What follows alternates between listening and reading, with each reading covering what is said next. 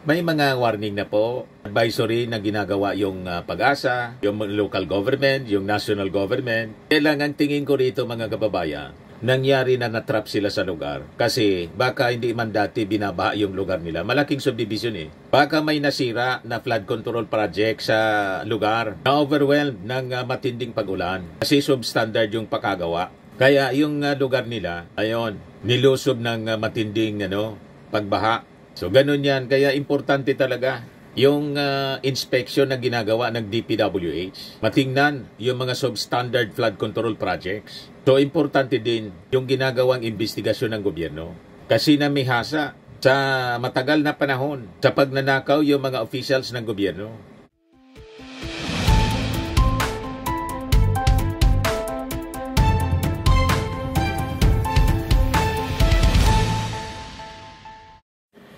Hello po mga kababayan, si Dante Maravillas. Ibigay ko muna ito sa inyo mga developments na balita mula sa Cebu and Visayas. Kasi nanalasa po yung bagyong si Tino. May mga area sa Cebu po na matindi yung baha. Yan Sabi dito sa balita, nanawagan ng rescue ang mga residente ng Villa del Rio 1, Bakayan, Cebu, Cebu City, matapos malubog sa baha ang kanilang mga bahay at sasakyan ngayong Martes ng umaga, November 4. Ang Cebu City ay kasalukuyang nasa ilalim ng signal number 4 sa bagyong Tino. Matindi po. Naglitawan yung mga sasakyan po. Almost kalahati ng bahay ang nalubog. Mga malalaking bahay po. Ganyan ang sitwasyon doon mga kababayan sa Cebu City. Bakayan, Cebu City. Subdivision po to. Ayan So, ang daming tumirik na sasakyan. Panorin po ninyo ito. Refer na po rescue, Bakayan, Villa del Rio 1, please lang. Stop. So, nananawagan sila ng rescue. So, possibly, mga kababayan, yan na lugar na yan, baka hindi dating binabaha ng ganyang katindi. Kaya hindi sila nakapag-anticipate. Kasi siyempre, kung hindi man dati binabaha, talagang hindi magre-ready. Di ba pa? Pero kung halimbawa dati nang binabaha, ang tendency ng mga residente, yung mga sasakyan nila, pag ganitong masama ang panahon, may bagyo, may malakas na pag-ulan, that's the usual practice dito kasi sa amin. Ang ginagawa ng mga residente dito sa amin, tinaparada na nila, ginagarahin nila yung kanilang mga sasakyan, kung hindi sa mall, sa mga matataas na lugar. Pero ito, hindi sila nakapag-anticipate Talagang nalubog mga kababayan. So, kailangan nila ng rescue kasi, stranded sila mga kababayan sa kanilang mga bahay.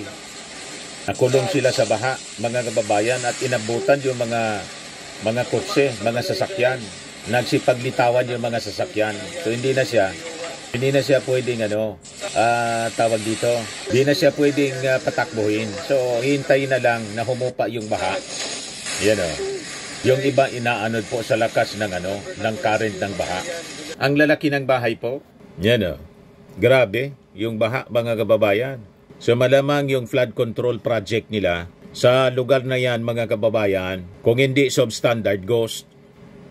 You see? Kaya talagang napaka-importante mga kababayan itong ginagawang pagpaimbestiga ng ating Pangulong Bongbong Marcos mga kababayan sa mga flood control projects sa ating bansa for the past 10 years. Kasi ano nangyari sa mga flood control projects for the past 10 years, hindi po nasolusyonan yung mga flooding sa iba-iba pong parte ng ating bansa.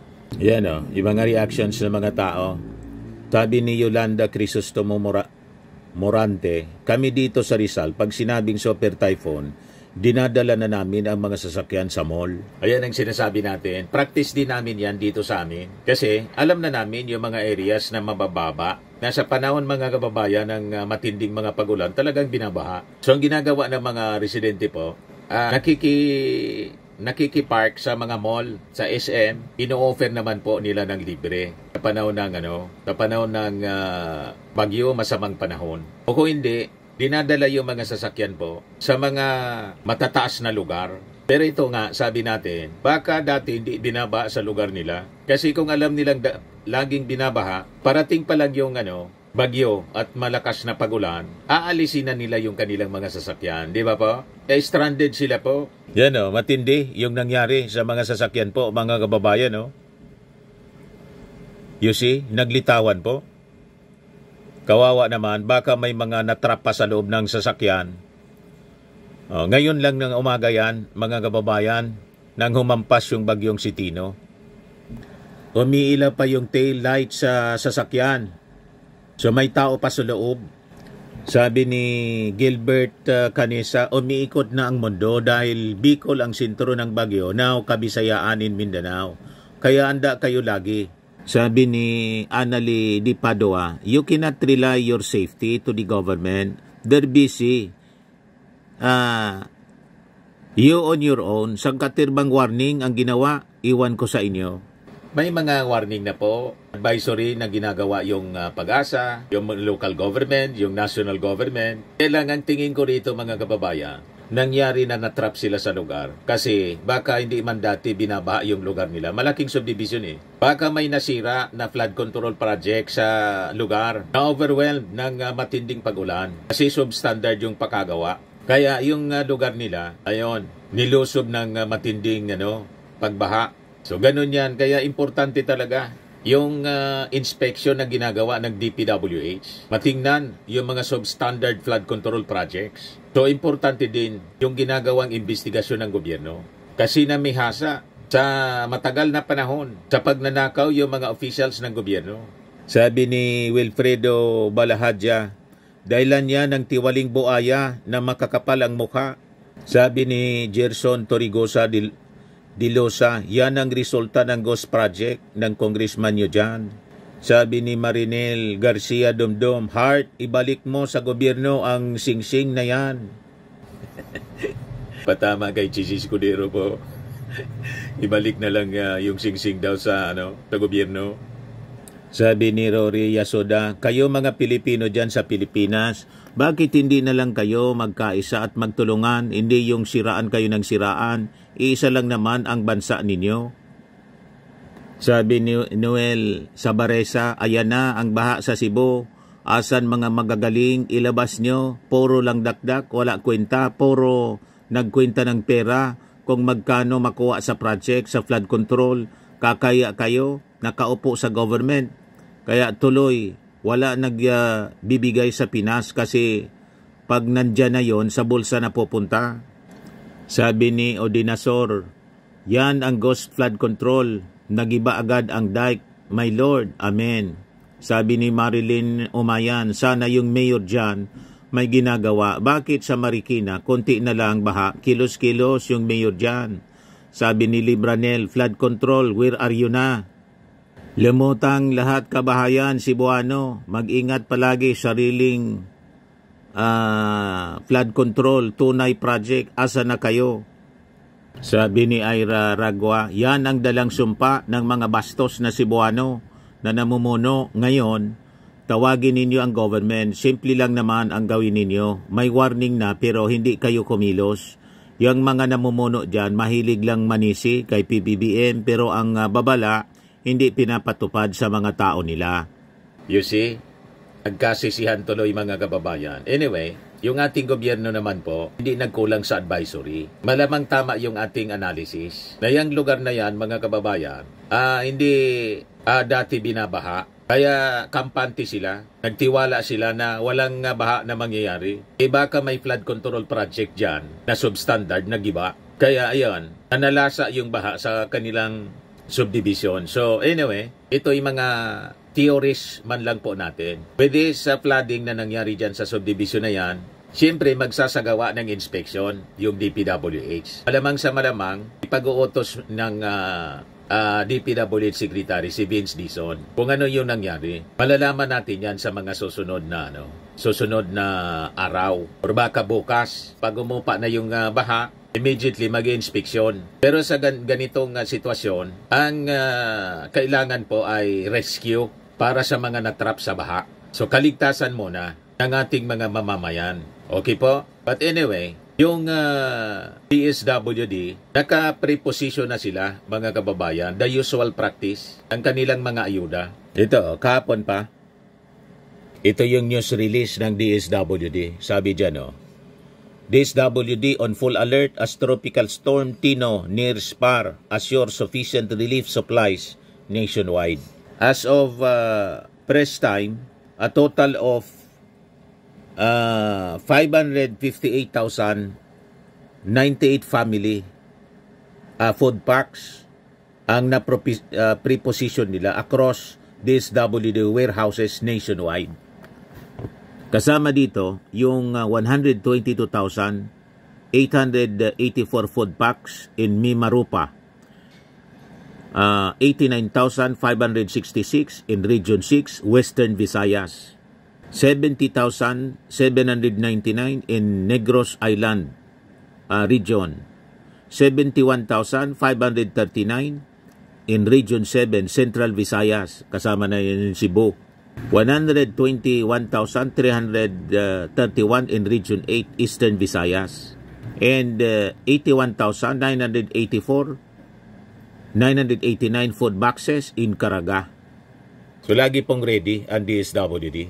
Kahapon pa to, one day ago, para walang masabi yung mga critics na baka magpakalat na naman po yung mga DDS influencers na natutulog yung gobyerno. Hindi po natutulog ang gobyerno. Laging gising sa panahon po ng mga calamities. And dito sa case na to sa Cebu City, kaya nangyari yon, malamang tama yung ating analysis, yung ating theory, na hindi man dati sila binabaha. Ngayon, binaha sila bigla, kaya hindi nakapag-anticipate yung mga residente na i-evacuate nila yung sarili nila o yung mga sasakyan nila madalas sa mataas na lugar. Kaya yon, naglitawan yung kanilang mga sasakyan. Ngayon, sabi dito sa balita, rice relief goods, rice preposition in Tacloban City, 7 Leyte towns. Yung lugar ito ni Speaker Martin, dating Speaker Martin Romualdez, through Tingog Party List, para sa mga affected ng Typhoon Tino. So sabi po ni Martin Romualdez, yung mga personnel ng Tingog Party List and volunteers nakapag-deliver ng initial stocks to Palo, Tacnawan, Tolosa, Santa Fe, Alang-Alang, San Miguel, and Babatngon as part of the group's preparedness efforts. Mabilis si Martin po. So inuna ni Martin siyempre yung lugar niya. Kasi hindi naman siya speaker na ngayon.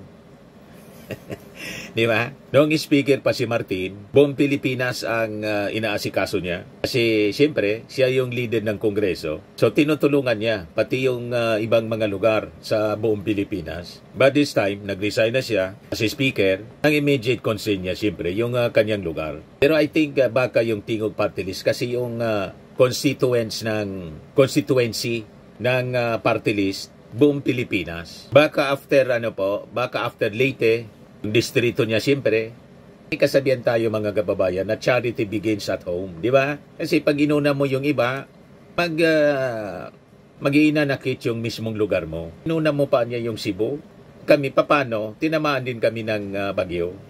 Kasi buong Visayas, mga kababayan, dinaan yan itong si Tino. Yan buong Visayas, pati dito nga sa amin, umulan din, Bicol Region. Isa na iulat na nasawi sa Bohol dahil sa bagyong Tino. Yan ang latest sa DCRH. So sabi ni Martin, that preparedness remains a top priority to protect vulnerable communities, especially in coastal and low-lying barangays. So sabi ng Tingog Party List, lahat ng municipality makakatanggap ng noodles, sardines, biscuits, coffee, energen, and rice to the towns of Palo, Tacnawan, Alang-Alang, Tolosa, Santa Fe, San Miguel, and Babatngon. Ito yung distrito niya. So a total of 15,000 kilos of rice already prepositioned for deployment. Relief supplies prepared also include 110 boxes of noodles, 80 boxes of sardines, 20 boxes of Energen, 25 boxes of biscuits, and 80 boxes of coffee. As of Monday night, kagabi po, about 3,000 hot meals had been served to evacuees in Tacloban, sabi po ng Tingog. Tingog Party List is represented in the House of Representatives by Representative Yeda K. Romualdez, Andrew Julian Romualdez, and Jude Asidre. We want every family to be ready and not one left struggling when bad weather comes, sabi po ni Martin Romualdez. We want to move fast and be present even before the storm arrives, sabi po ni Andrew Romualdez. Tulong-tulong po sila, mga kababayan. Kumusta naman yung ibang mga public officials? Di ba? Mainggit naman yan yung mga critics ni Martin. Martin po, kahit laging sinisiraan, tutok lang po sa paglilingkod. Di ba? Sige lang ang trabaho. Hindi mo maringgan ng paninira. Tutok na tutok sa trabaho. Kumbaga magsalita siya pag in-interview, mga kababayan, sa issue ng mga iskandalo sa flood control. Pero hindi siya basta nagsasalita ng kung ano-ano. Yung tama lang na dapat isabi. Di ba pa? Sabi ni Martin, we preposition these supplies to ensure families will not go hungry and to enable immediate delivery of support during emergencies. Si Asidre pala yung nagsabi. The Office of Representative Martin Romualdez and Tingog will send additional deliveries in the coming days as part of their ongoing readiness operations. Makikita ninyo ang pag-asikaso ni Martin para din yung pag-asikaso ng ating Pangulong Bongbong sa panahon ng mga calamities. Di ba po? Ayan lang muna yung ating update sa bagyong si Tino, yung mga nasalanta at yung kung ano yung ginagawa ng ating gobyerno. Atid po sa inyo ng ating napakagandang product. I am Worldwide Amazing Pure Organic Barley Powdered Drink Mix from Australia. Yung mga gusto po na mag-try nito, mag-message na lang po kayo sa amin. Yung mga gusto magnegosyo din, message kayo sa aking anak na architect entrepreneur, Riz Maravillas po. So lagi nating tatandaan sa buhay, you become what you believe. Ako po si Dante Maravillas. Bye-bye. God bless.